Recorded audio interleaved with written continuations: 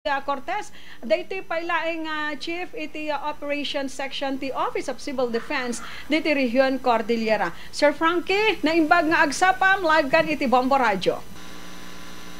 Good morning po, Ma'am Irene, sa ating mga kababayan na nanonood at nakikinig po sa ating programa. Isang matatag na umaga po. Sir Frankie, kukumustahin ko lang ang Region Cordillera pagkaraan nung bagyong si Christine. Ilan po ba, gaano po ba karami ang namatay, ang naapektuhan dito sa Cordillera?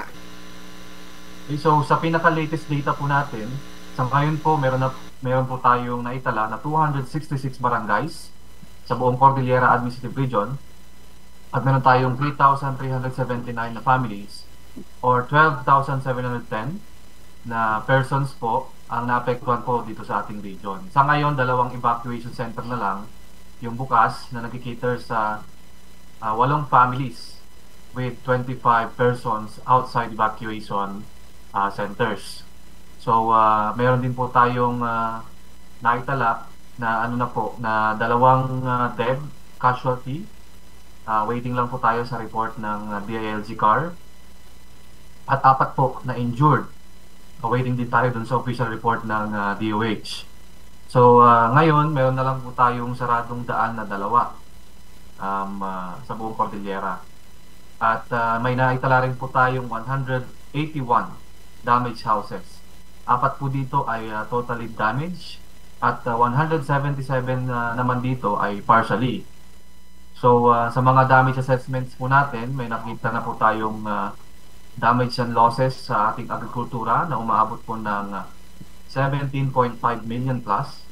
At sa ating infrastructure naman, meron na po tayong na-receive na report na 67 million plus. So sa ngayon, bini-verify pa rin po natin yung ibang datos po. At kaugnay po nito, syempre, meron naman po tayong naibigay ng mga assistance sa ating mga kababayan. Meron po tayong 1.9 million plus na naibigay po sa mga affected families. At ito po ay galing sa DSWD, mga local government units, DOH, at iba pang mga civil society organizations. So nakapagbigay na rin po ang Office of Civil Defense ng mga non-food items sa ating mga local government units din po na nag-request.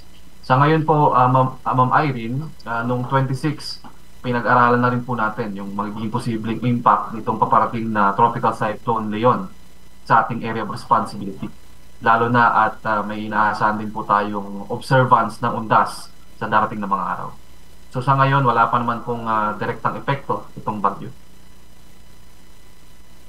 Cordillera, anong lugar yung talagang nakita natin na malaki ang epekto ng bagyong si Christine?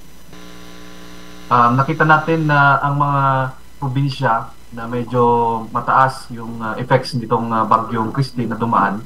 So we have Benguet, we have Mountain Province, dahil doon po natin naitala yung mga casualty, Tapos meron din po tayo sa Kalinga. So sa ating mga ibang probinsya naman, malaki yung numero ng affected population dahil talagang naging masugid po sila sa pag-conduct ng preemptive evacuation bago po dumating yung ating bagyong Christine. So alam naman po natin na kapag nag-preemptive yan, ay isasama na po yan sa ating affected population. So para at least maintindihan din po ng ating mga kababayan, baka sabihin po nila, ay madaming naapektuhan ng mga pamilya. Pero karamihan po dito ay dahil dun sa ating naging mahusay at proactive na ginawang preemptive evacuation. Kasi mas gusto po natin na nasa ligtas na evacuation centers na lang po yung mga kababayan natin. Kaysa naman mahirapan tayong i-rescue sila, kunin sila sa mga bahay po nila. Lalo na kung kapag wala ng oras, andyan na yung bagyo, so medyo delikado po yun. So kung titignan po natin, actually, ang sabi naman po ni OCDCAR Regional Director, Sir Albert E. Mongol, na malaki rin po yung pasasalamat po nila sa mga local government units na talagang sumunod po doon sa preemptive evacuation order ng Regional DRRM Council. Frankie, nabanggit mo kasi Bicol Region, grabe yung pagbaha na naranasan nila doon. May posibilidad ba na dito sa Region Cordillera ay maranasan din yung ganong kalaking pagbaha? Pagdating po sa flooding, meron tayong mga areas na tinitignan sa mga posibleng floodings. Number one na po dyan ang probinsya ng Abra.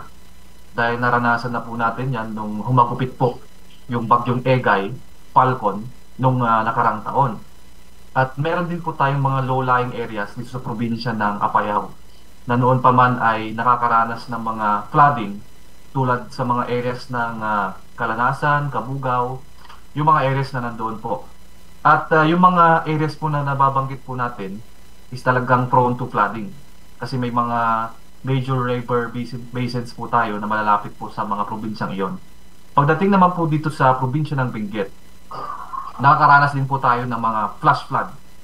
Pag sinabi po natin flash flood, yan po yung nababaha nga po pero after a certain period of time, dumadaloy na po yan sa kailugan po natin pababa ng ating kabundukan. Meron din po tayong naging incident na po sa probinsya rin ng Ifugao. Maalala niyo po yung nangyaring baha noon sa Banawe. Pero yun naman po ay hindi rin naman po nagtagal dahil po sa mga problema lang po sa ating mga drainage systems. Pero nung na-clear naman po yung mga to is dumali naman na sa mga kapatagang lugar yung mga tubig. But again, meron po tayong mga susceptible to flooding tulad ng Apayao, Abra at ilang lugar dito sa mga lower portions po ng Mountain Province, Ifugao at Kalinga. Pa, yung nangyari doon sa Batangas. Oo, yung sabi ko nga sana huwag mangyari dito sa atin sa Cordillera kasi prone tayo sa landslide, 'di ba? Yung kanila yung nangyari, yung bundok nila tumabon doon sa mga kabahayan. Pero maliban doon, ang napansin natin, nagkaroon din ng pagbaha sa kanila. Pero ang ikinuha ng baha ay puro punong kahoy, yung ibinaba doon galing sa bundok. Dito sir sa atin sa Cordillera, kumusta ang monitoring nyo pagdating sa mga landslide prone areas natin? Po, kasama po natin po dito ang Mines and Geosciences Bureau, Cordillera Administrative Region. At mabuti po na sa MGB CAR ay natapos na po nila yung bagong assessment report po nila na kinascade na rin po nila sa bawat local government units. Pagdating naman po sa ating mga posibleng ganyan na na senaryo, kasama rin po natin ang DENR na siyang tumutuligsa sa mga ganyang mga gawain, sa mga illegal logging. At dito naman po sa Cordillera Administrative Region, wala tayong masyadong nababalitaan na ganyang mga illegal na gawain. So siguro makapagbibigay pa dito ng komento ang DENR kasi baka related din po yan sa mga pagbagsak na mga logs or mga woods po na nanggagaling sa mga forest natin. But in terms of landslide preparedness po ma'am, actually ginawa po ng Department of the Interior and Local Government na pilot area po ang Cordillera Administrative Region sa paggawa ng off-plan list to manual for landslide. Dahil nga po nakikita nila yung effectiveness at yung mga best practices po dito sa region natin pagdating sa landslide preparedness. So sa ngayon, Ma'am Irene, patuloy po yung pakikipag-ugnayan natin sa mga local government units, particular na dito sa Benguet din, upang maging practice na sana po, Ma'am Irene, yung pagtigil sa mga mining activities natin during tropical cyclones. So yan po yung isa sa mga naging part na ng protocols po natin na bilang isang paghahanda rin sa mga landslide events. Yes Sir Frankie, yung mga nabanggit mo kanina na yung mga flooding areas natin, landslide prone areas, 'di ba yung MGB actually last month ba yun, ipinadala na nila yung mga listahan sa iba't ibang mga probinsya, ano po? Meron po silang overall risk assessment maps na binigay na po sa mga local government units. At kapag meron po tayong operations, Ma'am Irene, minsan araw-araw po yan na na-update. Kasi meron din po silang sinusunod na mga measurements, mga parametro na ginagawang basis din po nila sa pag-release nung tinatawag po nilang MGB list of barangays susceptible to flooding and landslide. So maaaring, for example, ngayon po mag-issue po sila ng listahan, sabihin na for example lang po sa isang rehiyon may nabanggit na 100 barangays na susceptible po sa flooding and landslide. Kung magpatuloy po yung ulan sa isang lugar na yun, maaaring madagdagan po yun. At kapag medyo wala namang ulan na natanggap or na-receive ang rehiyon, maaaring mabawasan din. At yung mga listahan po na yun ay meron po siyang validity na 3 days. Generally, ganun po yung validity niya.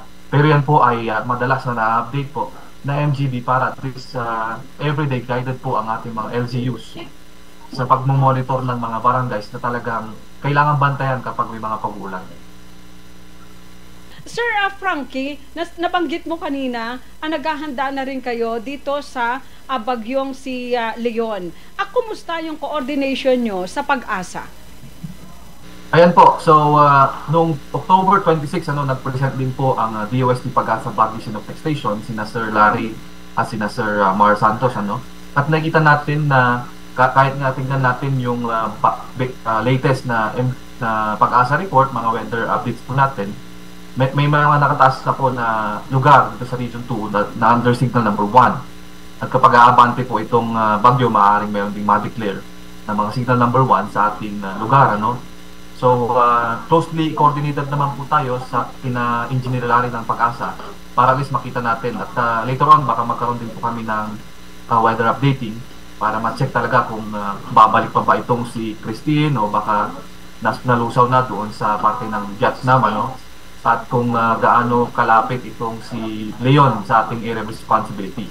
Noong October 2016 po, Ma'am Irene, nagkandak na po tayo ng pagpupulong kasama ng mga Regional DRM Council stakeholders, mga LGUs.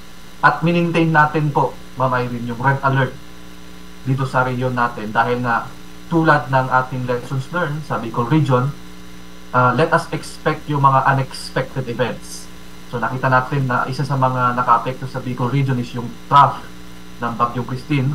At isa sa mga pagtataka na nangyari po, at ito na rin po sa Batangas. Hindi po natin alam, baka itong trough o yung buntot po, yung hagupit ng Leon ay baka maka-apekto rin po sa ating area of responsibility. Kaya po naka-red alert pa rin po tayo ngayon, ma'am. Sir Frankie, may mga kwan ba tayo, may mga tulong ba tayo na ipupunta rin sa Bicol region o kaya sa Calabarzon region? Meron na pong instruction ng ating regional director, si Sir Albert A. Mogol. Pinatiming lang po natin dito sa ginagawa nating operations dahil tayo rin po ay apektado. Ma'am Irene? So, kailangan muna nating siguraduhin na naibigay na po natin lahat ng concerns po ng kababayan po natin dito sa rehiyon before tayo pumunta po sa Bicol region. Pero meron na pong instruction po, ma'am, na magbubukas po tayo ng donations management system para makaipon po tayo ng mga resources para minsanan po natin dadalhin doon sa Bicolandia o sa Region 5. Dahil kung tutuusin po, kung titignan po natin sa mga reports po ng national government, ay marami naman na pong dumadating po sa Bicol region na mga assistance. Pero meron na po tayong plano. Magbubukas po tayo ng Uplan Binadang para dyan. Pero Sir Frankie, sa ating mga kababayan, hintayin nyo yung pagbubukas ng OCD dahil baka mamaya magamit na naman ang OCD kung saan sang scam, lalo na yung paghingi ng tulong. Opo, ma'am, lalo ngayon ay meron po tayong inilabas na scam alert ng Office of Civil Defense. Ginagamit po ang mga pangalan ng mga opisyal o ang pangalan po ng Office of Civil Defense para mangolekta ng mga pera, ng kung ano-anong mga or may mga pinapabukas na mga applications na pwedeng ma-hack po yung mga bank accounts or mga social media accounts po natin. Mag-ingat po tayo, mga kababayan, na siguraduhin natin na maging critical at tanungin, siguraduhin na legit or totoo, tunay yung mga ganitong klaseng invitation para magbigay ng mga donasyon.